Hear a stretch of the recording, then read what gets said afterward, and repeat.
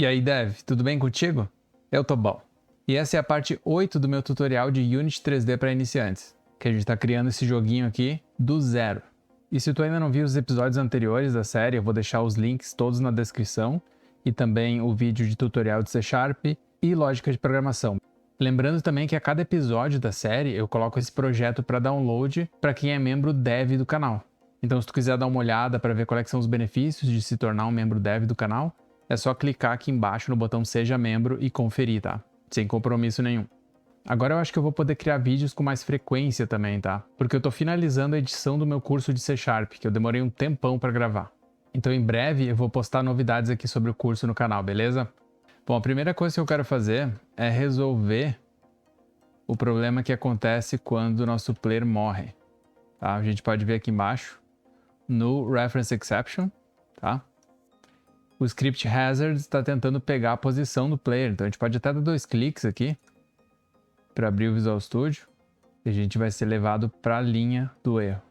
Beleza? Então é essa linha aqui.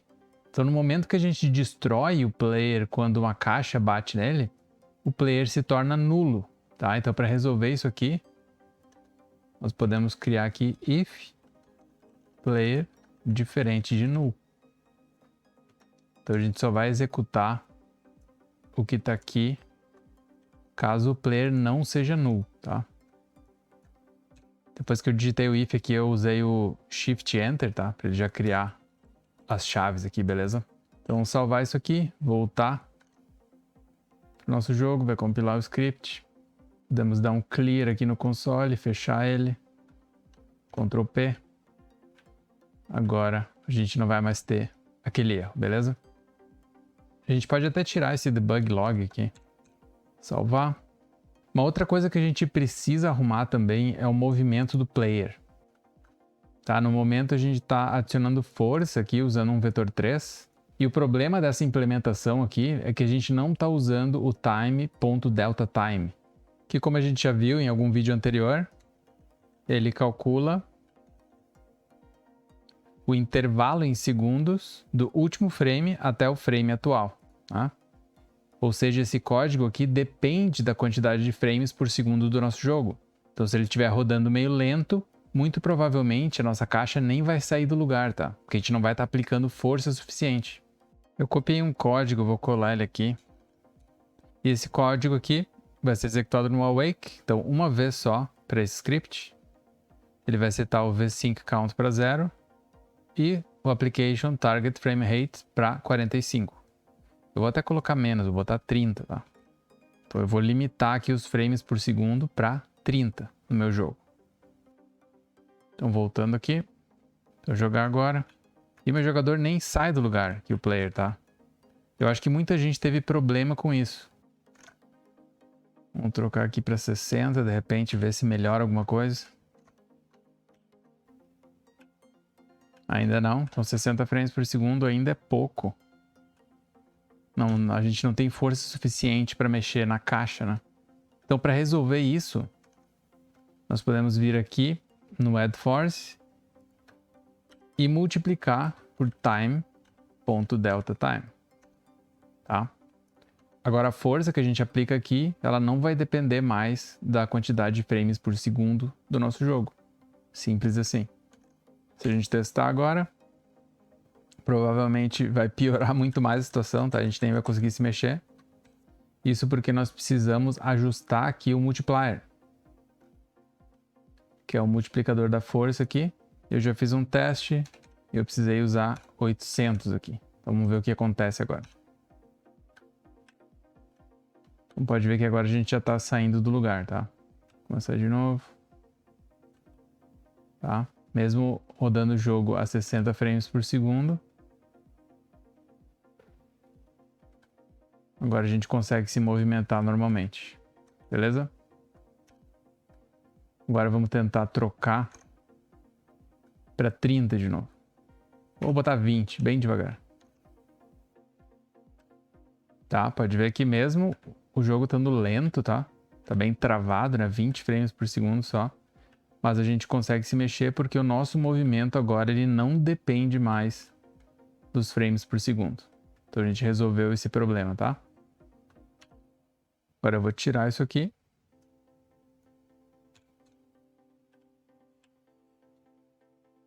Parece que ele ficou meio travadinho, né? Ele tá rodando aqui ainda 20 frames por segundo. Bom, então é melhor tu não fazer isso. Porque parece que ele tá salvando isso aqui. Tá, agora eu coloquei 0, ele não limita mais os frames. Então, a princípio, tá resolvido.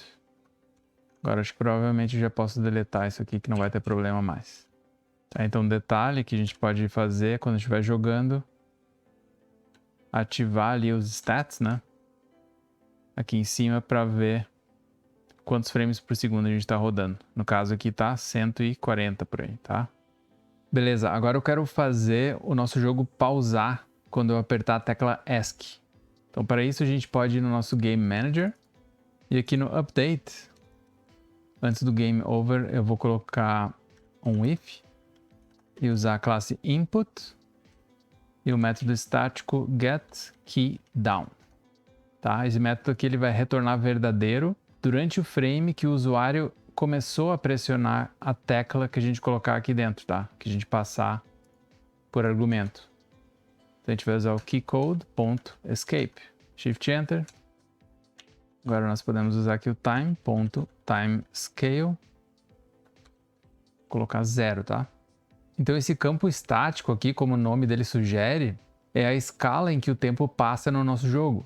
Por padrão, esse campo possui o valor de 1. E uma escala de 1 significa que o nosso jogo vai usar a escala de tempo normal. Então é como se fosse o tempo passando no mundo real. 1 segundo é 1 segundo. Caso a gente queira que tudo fique mais lento, por exemplo, nós podemos atribuir aqui 0.5f.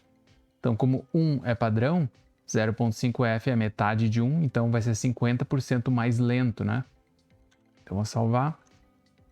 Vamos executar nosso jogo. Começou, vou apertar ESC. Então, agora o tempo está passando 50% mais lento, tá? Se a gente trocar isso aqui para 2, o tempo vai rodar o dobro, né, do normal. Então, é como se a gente colocasse um 2x de velocidade aqui. Provavelmente vai ficar impossível de jogar. Vou apertar ESC. Pum, o jogo está rodando no dobro de velocidade, que é impossível, né? Mas interessante. Pode até ser útil para alguma coisa. Tá, então, se a gente atribuir 0 aqui, significa que a gente vai congelar o tempo. Tá? Vamos testar. Tá jogando, vou apertar ESC, congelou o tempo. Tá? Pode ver que as nossas caixinhas aqui elas continuam girando. Isso significa que a rotação das caixas não está utilizando o time.deltaTime. Então é uma outra coisa que a gente pode arrumar também. Então vou vir aqui no Hazard, abrir ele. Tá? A gente vê que o Rotation está simplesmente usando esse vetor 3 aqui. Para resolver isso nós podemos colocar aqui Rotation vezes time.deltaTime. Tá? Antes o nosso xRotation aqui retornava um valor entre 0,5 e 1. Ou seja, ele podia rotacionar entre meio e 1 grau por frame, tá? E agora quando a gente está utilizando o deltaTime aqui, isso significa que ele vai rotacionar entre meio e 1 grau por segundo. Então se a gente testar isso agora, nós vamos ver que provavelmente a gente nem vai perceber a caixa rodando. Tá, elas estão rodando, mas nem dá para perceber, tá? Então agora nós podemos configurar isso aqui para, por exemplo, entre 90 graus e 180 por segundo. Acho que vai ser o suficiente. Vou executar. Então agora as caixas estão rodando. Se a gente pausar o jogo, elas vão pausar também. Isso simplesmente porque agora a gente está usando o deltaTime também para a rotação de cada hazard. O timescale a gente pode também alterar por aqui, tá? Vem no Edit, Project Settings, Time. Então a gente tem o timescale aqui, nós vemos que o padrão é 1, tá? Existe também esse Fixed Time Step, que é 0.02, que é o intervalo de tempo que o Unity usa para executar cálculos de física e executar o método Fixed Update. E o valor padrão, que é 0.02 aqui, significa que os cálculos de física eles vão ser executados 50 vezes por segundo. A gente pode até usar a calculadora aqui, fazer 1 dividido por 50, por exemplo, que nós vamos ter esse valor, tá? Então a gente faz 1 dividido pela frequência, que é no caso 50 vezes por segundo, nós vamos ter esse valor aqui. E o recomendado pelo Unity é que sempre quando a gente altera o timescale, a gente precisa também alterar esse fixed delta time, tá? De acordo com o timescale. Então se a gente colocar aqui 0.5, a gente teria que fazer 0.5 dividido por 50, para ter 50 cálculos também de física, tá? E assim a gente evita comportamentos ou movimentos estranhos que podem ser causados quando os valores não estão sincronizados, tá? Então, para exemplificar isso, eu vou fazer o nosso tempo aqui diminuir gradualmente, tá? A gente vai usar uma corrotina, então eu copiei um código aqui já, vou colar.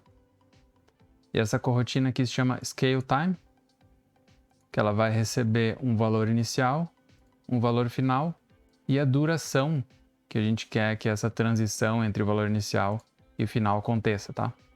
Aqui a gente está usando um float last time, que vai usar o time.realTime since startup, então é o tempo quando o nosso jogo foi iniciado, tá? E esse tempo ele não é afetado pelo timescale, então vai ser essencial a gente usar isso porque a gente vai estar alterando o timescale aqui, tá? Nós setamos aqui um timer como 0, que ele vai calcular aqui a duração.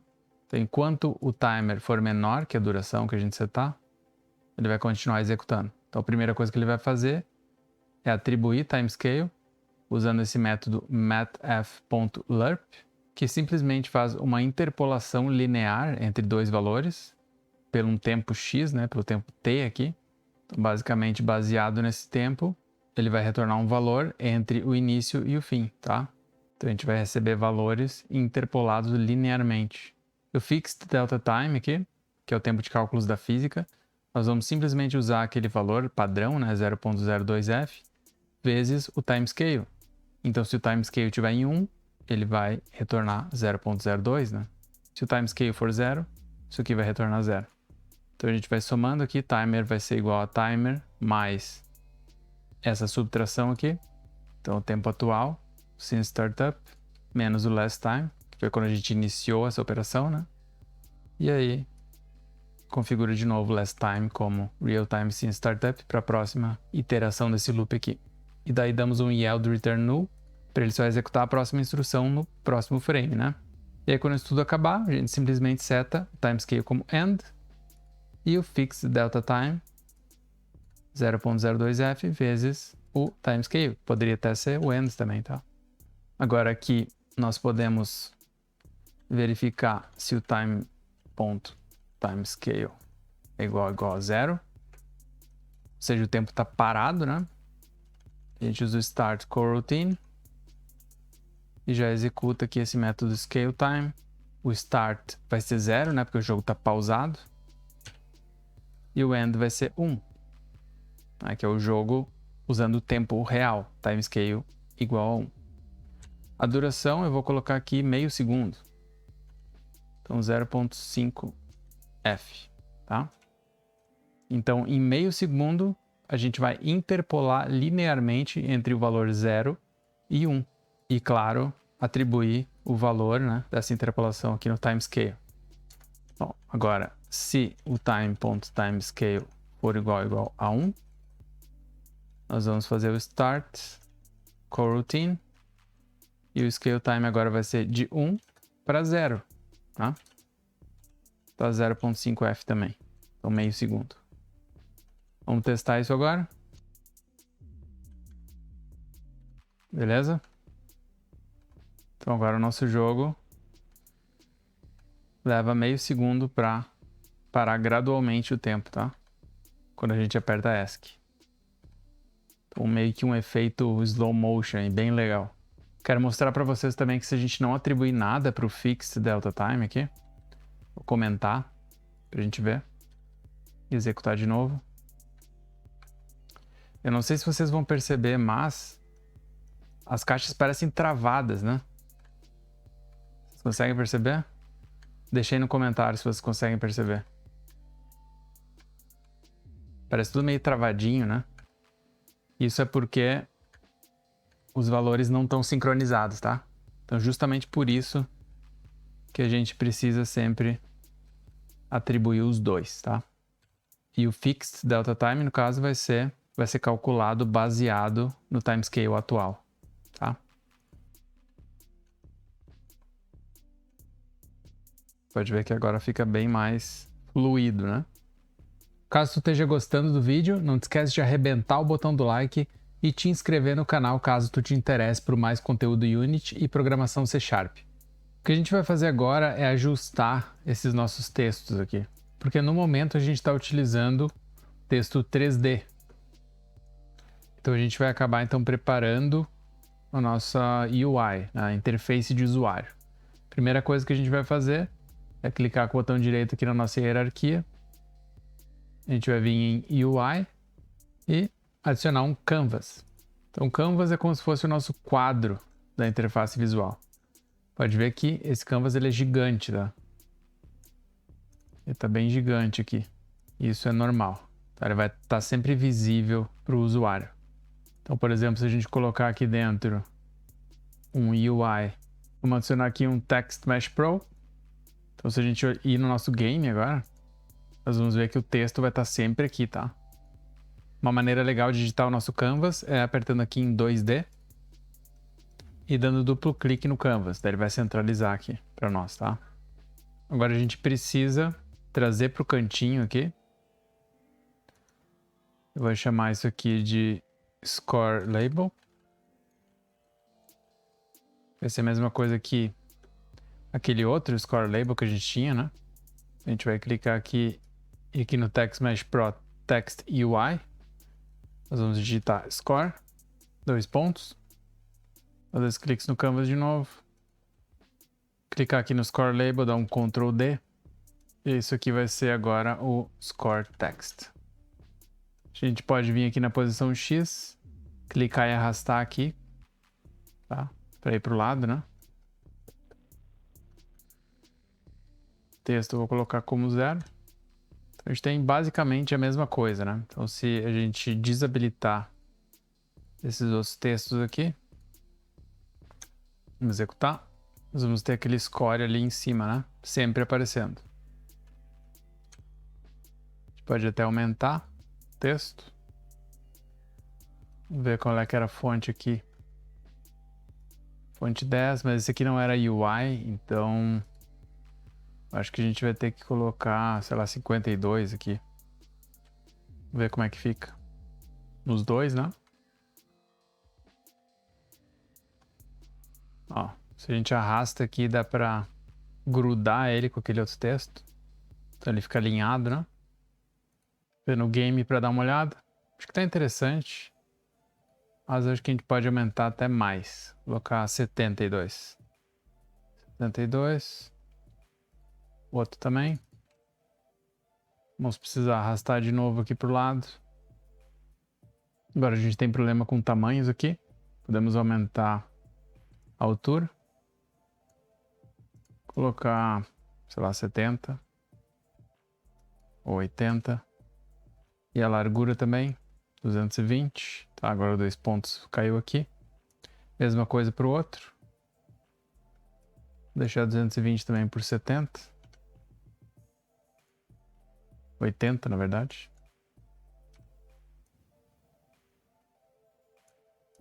Agora acho que tá interessante.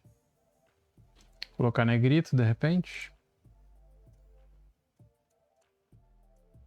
250. Tá. Dá uma olhadinha aqui, acho que tá. Ok. Beleza, agora a gente precisa deletar esses dois Text Mesh Pro aqui. E no nosso Game Manager, a gente precisa arrastar o text para cá. Mas não vai funcionar, tá?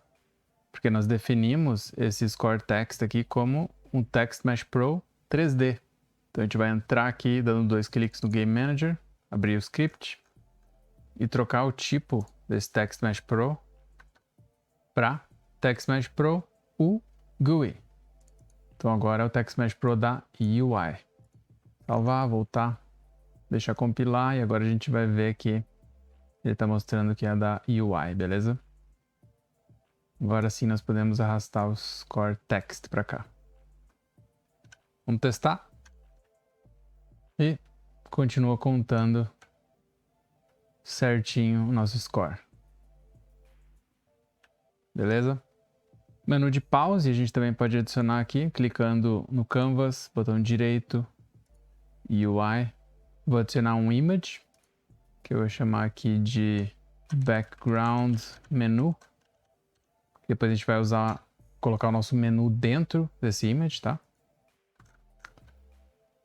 Dou 2 cliques aqui no Canvas para centralizar. Nossa imagem está aqui. Nós podemos colocar a cor preta e de repente diminuir o alfa aqui embaixo, que é a transparência, tá? Colocar 100 de repente. Se a gente vir agora no nosso game, nós vamos ver que tem uma imagem aqui preta transparente, né? E a gente quer que o fundo tome a tela toda. Então o que a gente vai fazer é vir aqui no Rect Transform, clicar nesse botãozinho aqui, segurar o Alt e clicar aqui. Tá? O Alt serve para também setar a posição. No caso aqui, nós estamos utilizando a tela inteira, fazendo um stretch, tá? Para os dois lados. Beleza? Agora a tela está toda um pouco escura, né? E o que a gente vai querer é ativar isso aqui somente quando o nosso jogo estiver pausado. Então aqui a gente ativa e desativa, né? Um Game Object. Então por padrão, nós vamos deixar isso aqui desativado. E a gente precisa que o Game Manager também possa ativar ou desativar esse background, tá? Como esse componente é um componente image, nós podemos ir no nosso Game Manager e adicionar aqui um public image. Vou usar o Ctrl ponto. E nós precisamos adicionar aqui o using do Unity Engine.ui, que é a User Interface, tá? Eu vou chamar de Background Menu. E agora, quando a gente tiver pausado, né, e for despausar, nós vamos desativar o background. Então, background menu .gameObject.setActive. Então a gente vai usar para ativar ou desativar o GameObject, né? Pause. Então nesse caso a gente está despausando, né? A gente está saindo do timescale 0 para o 1. Podemos copiar isso aqui e agora setar o setActive como true. Vamos testar? Ctrl P. E não funcionou no Reference Exception porque a gente não atribuiu, né, para o nosso Game Manager. Então a gente clica aqui, o background menu está vazio, nós simplesmente arrastamos para cá. Então isso é uma coisa bem comum de acontecer, né? A gente criar novos campos lá nos nossos scripts e depois esquecer de arrastar eles para cá, né? Beleza? Então agora a gente tem a base do nosso menu. Podemos até, de repente, escrever aqui dentro do background menu. Vou ativar ele de novo. A gente clica com o botão direito, UI, Text Mesh Pro. Pause. Pause. A gente pode centralizar o texto aqui no alignment, tá? E aqui em cima, por padrão, ele já vai ficar centralizado, então tá tudo certo. Nós podemos até aumentar se a gente quiser. 280, 80, aumentar a fonte, 72. E agora quando a gente desativar, claro que tudo que tiver dentro aqui vai desativar também, né? Testar. E tá lá o nossa tela de pause. Vamos de repente deixar mais lento a transição do nosso slow motion. Game Manager. Colocar 1 segundo, vamos ver o que acontece. Só para dar um efeito mais dramático. Eu acho que vai ficar meio lento demais, vai demorar muito para pausar, mas é uma opção. Então se quer um pouco mais de drama, dá para fazer isso. Ou de repente achar um meio termo aqui, 0.75. Isso pode ser configurável também, né? Se a gente criar um campo lá para definir aquele tempo ali, aí nós podemos alterar pelo Game Manager. Beleza? Então, bem legal. Nosso jogo tá ganhando corpo aí, ficando cada vez mais legal aos poucos, né? Então, nós resolvemos alguns erros, né? O movimento do player também. Criamos nosso pause com o ESC e também uma tela simples de pause, né? E o nosso efeito de slow motion, bem bacana. No próximo vídeo, então, vamos criar um menu do jogo e até um botão se a gente quiser sair do jogo, beleza? Um abraço e até o próximo vídeo.